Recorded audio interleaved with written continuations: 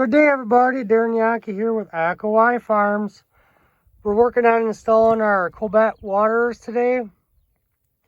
These are the risers for the water itself. The overall height with the water on the top is 9 foot.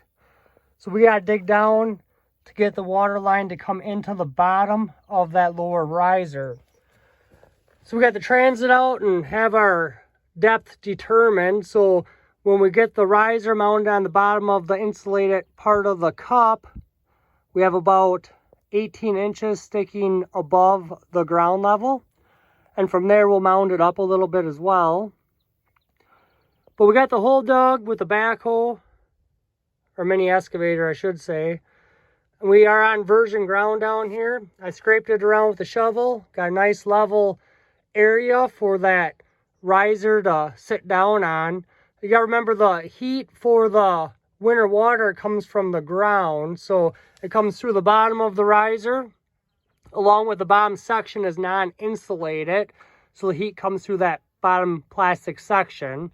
The second section of the riser is insulated, nearing the top of the ground. And of course, the section that goes on the top of it is insulated, and that's where the cup will be placed.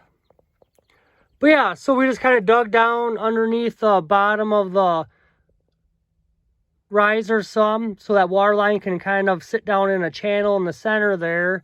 And then the riser will sit a little bit higher than that, so that hose ain't pushing up on the bottom of the riser. So what we'll come and do is we'll get some nice dirt to put around that bottom section of the riser. Right now we're in some pretty rocky, pretty clayey ground, so we want to have some nice dirt so we get some good heat during the winter months that does transfer into that lower portion of the riser.